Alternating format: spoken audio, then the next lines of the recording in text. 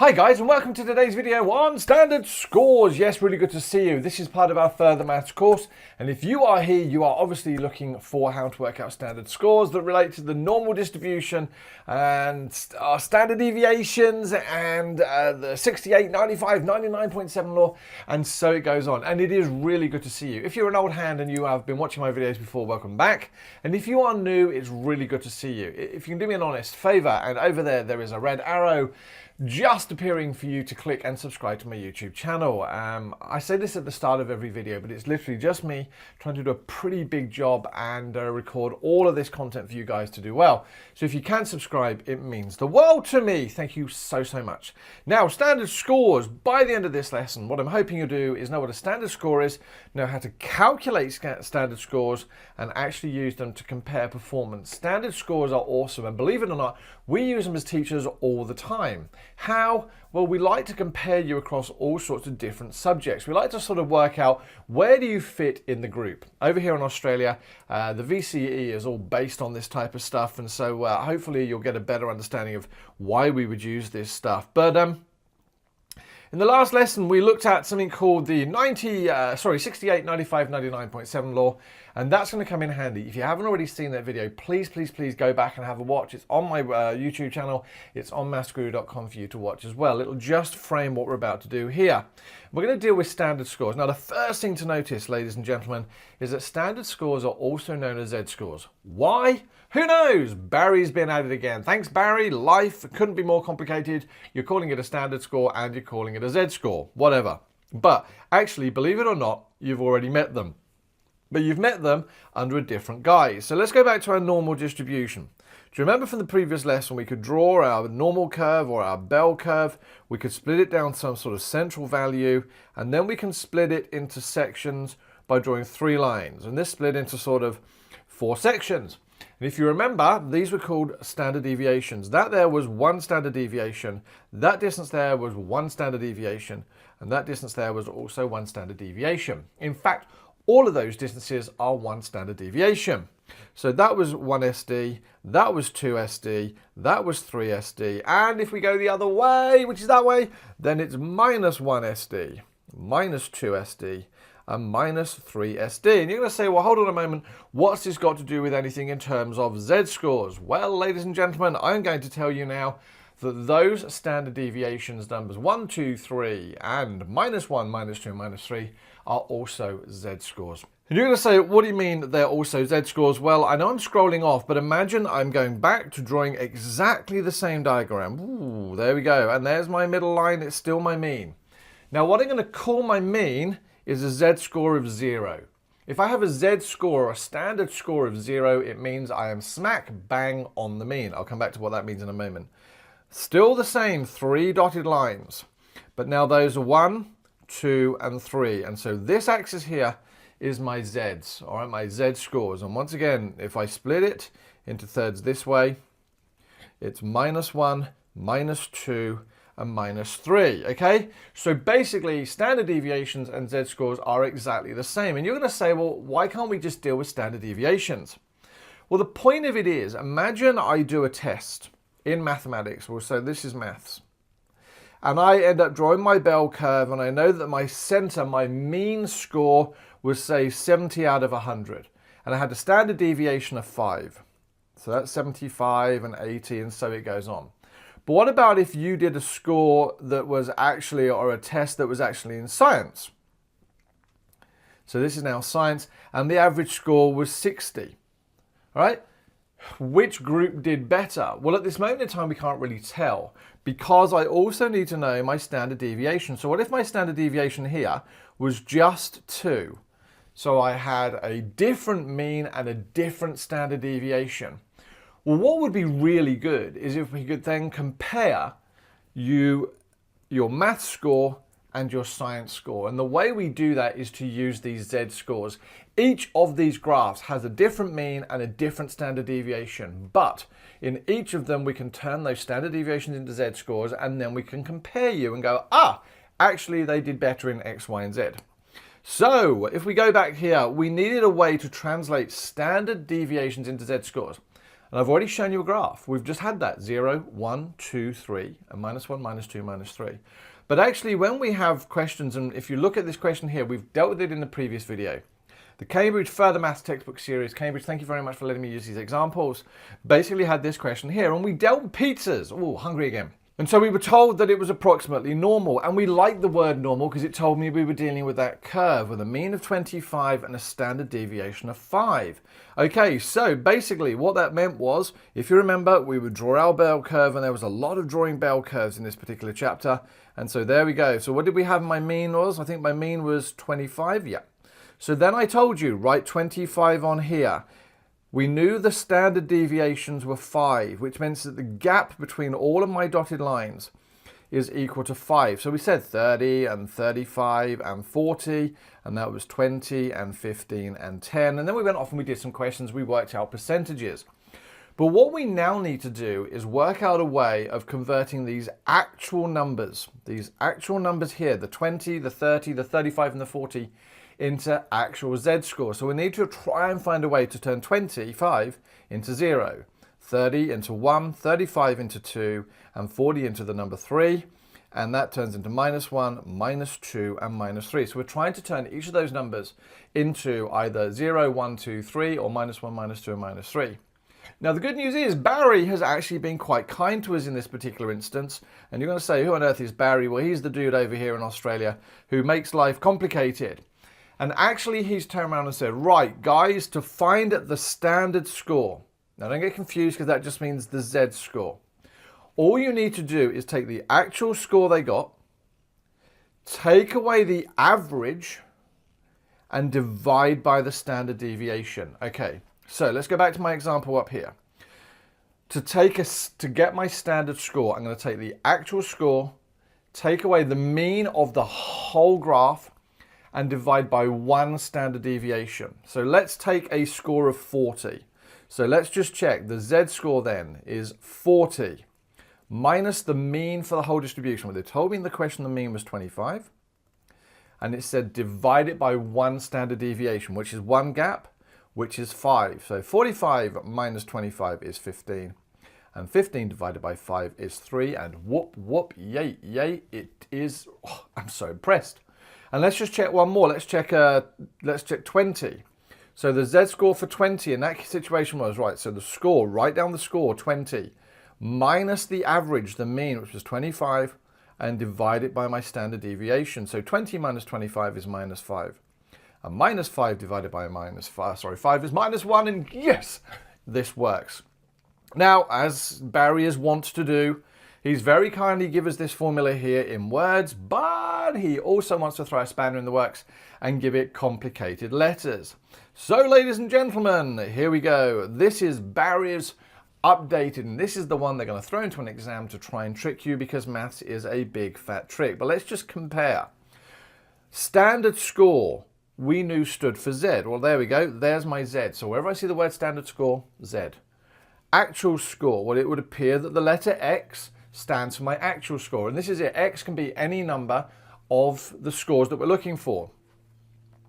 X bar, well, we've met that before in one of these videos. Again, if you haven't watched it, go back. Try and work out the mean. We decide that the mean in maths is given by X bar. Now, in lots of cases, the question will actually tell you the mean. So you just put that in there.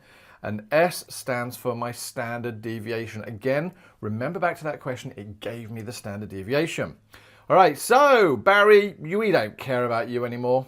Now, sometimes, as I say here, and there's an example coming up, they may give you the Z-score. They may give you the standard deviation. They may give you the mean and ask you to work out the actual score.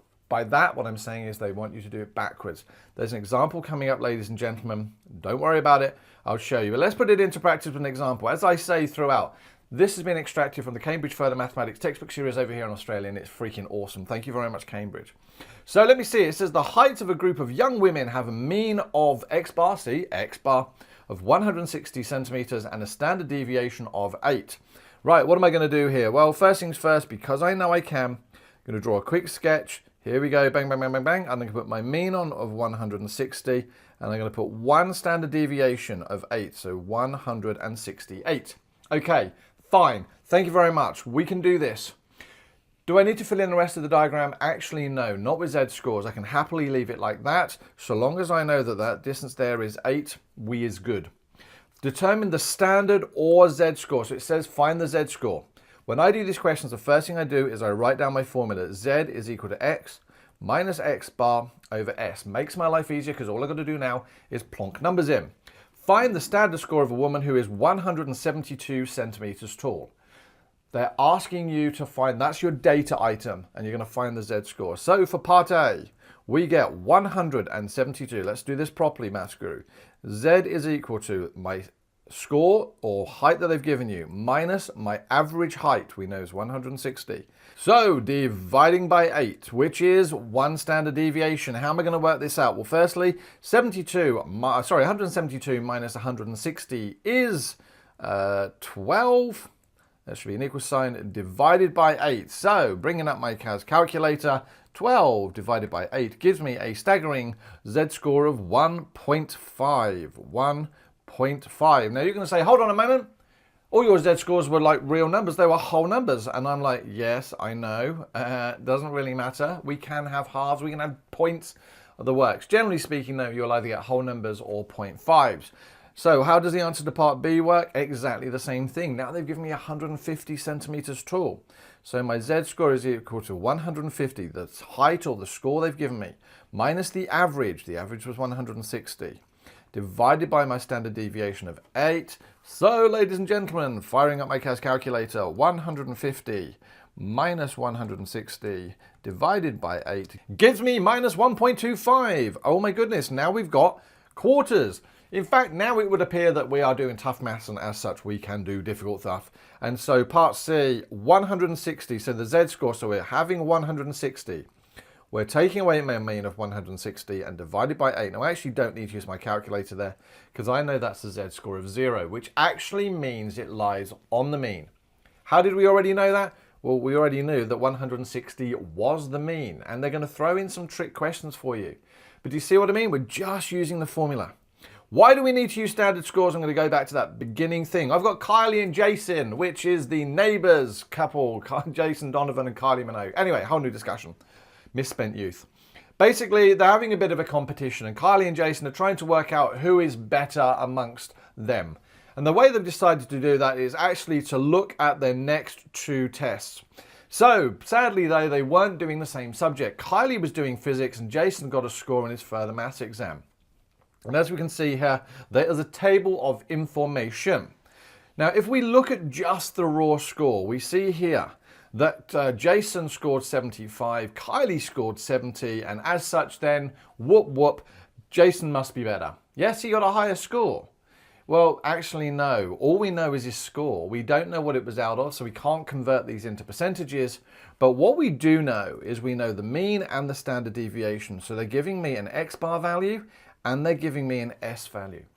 Well, if I have the mean and the standard deviation and their actual scores, I can use this z-score stuff to try and work out.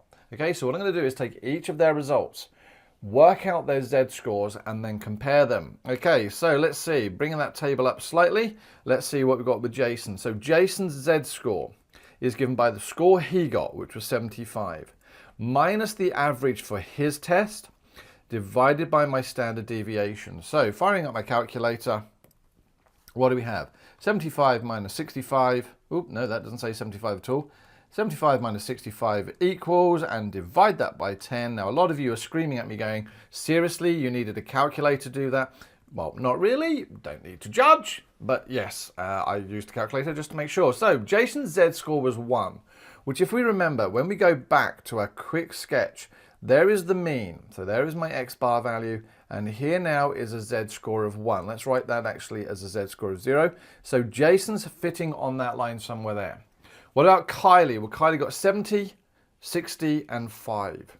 So Kylie's z-score is equal to her score, 70 minus 60 divided by 5. Bring up my calculator. 70 minus 60 divided by 5 gives me a z-score, 10 divided by 5 gives me a z-score of 2. And ladies and gentlemen, the jury is now sold. The evidence is in. Kylie actually is the most intelligent student. Why? Because once again, if we go back, quick sketch, where is the z-score of 1?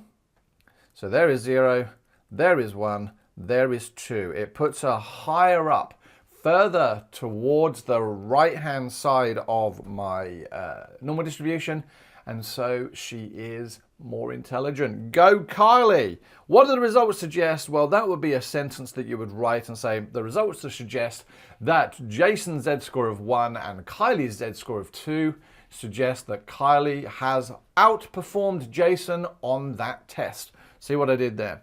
Now, last part of this, we're now going to convert a z-score into a normal score, and it's important to be able to do this backwards. Now, earlier I gave you the formula that said z was equal to x minus x bar on S. Previously, we were going to be asked to find the z-score, so they gave me the x bar, and the s. But in this situation now, they're going to give you the z, they're going to give you the s, and they're going to give you the mean, and they want you to find this x bar. So, at the start of this video, there was a formula that actually told you how to do this. I'm just going to show you now that for those of you who can, what I'm going to do is multiply both sides by s, which gives zs is equal to x minus x bar. So what I'm actually doing here is using algebra to rearrange this equation.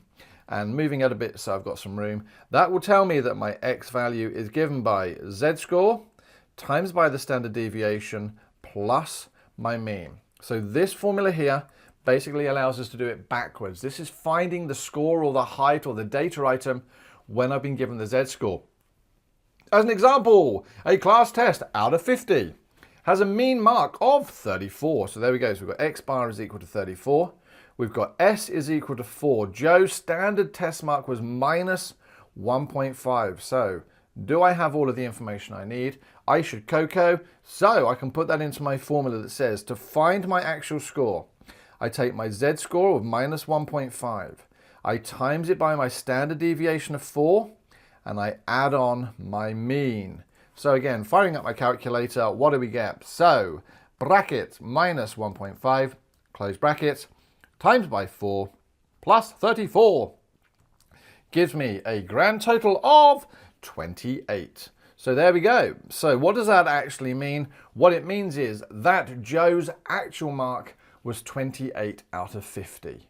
Whoa, go Joe, or not so much go Joe. Anyway, I'm done. That's this video over. What have we talked about? We've talked about standard scores. We've looked at the idea that they are effectively standard deviations away from the mean. But we know that different tests and different people and different things will have different averages. So it's a way for us to compare, to take one test with one mean and another test with a different mean, both of which may have different or the same standard deviations, and work out where people are by using a process of converting to z-scores. Hopefully that's made sense. Please practice. Thank you so much for watching. It's really good to see you. I am stoked you are here. If you can, there is a doohickey over there that says subscribe. Greatly appreciated if you could. And if you could get one or two of your mates to subscribe as well. All right? Channel's growing slowly, but that's good. All the subscribers really help. Otherwise, there's a video loading below it that you can watch on this Further Maths series. I'm done. Have an awesome day. Thank you very much for watching. I'll see you next time. MaffsGuru out.